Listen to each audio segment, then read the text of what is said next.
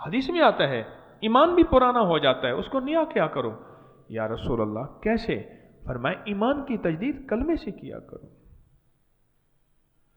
آج ہم نے کلمہ پڑھا ہے، پتہ نہیں مولا میرے کس عمل کی وجہ سے، میرے کس فعل کی وجہ سے۔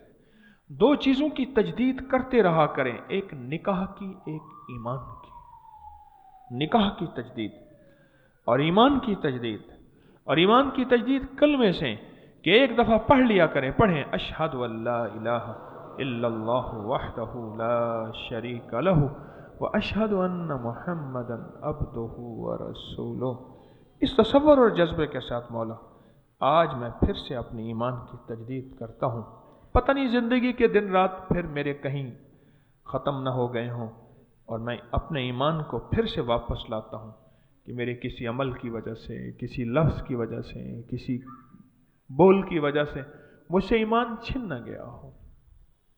اب الحمدللہ آپ وہ لوگ بیٹھے ہیں اور ہمارے ساتھ آن لائن جتنے بھی لوگ ہیں اور ہمارے ساتھ پوری دنیا میں شامل ہیں، شامل ہوں گے، آپ وہ لوگ ہیں، آپ کو مبارک ہو کہ آپ کے ایمان کی تجدید اور میں نے بھی اپنے ایمان کی تجدید کر لی۔ سارے کہو الحمدللہ والشکر للہ، اللہم لک الحمد ولک الشکر۔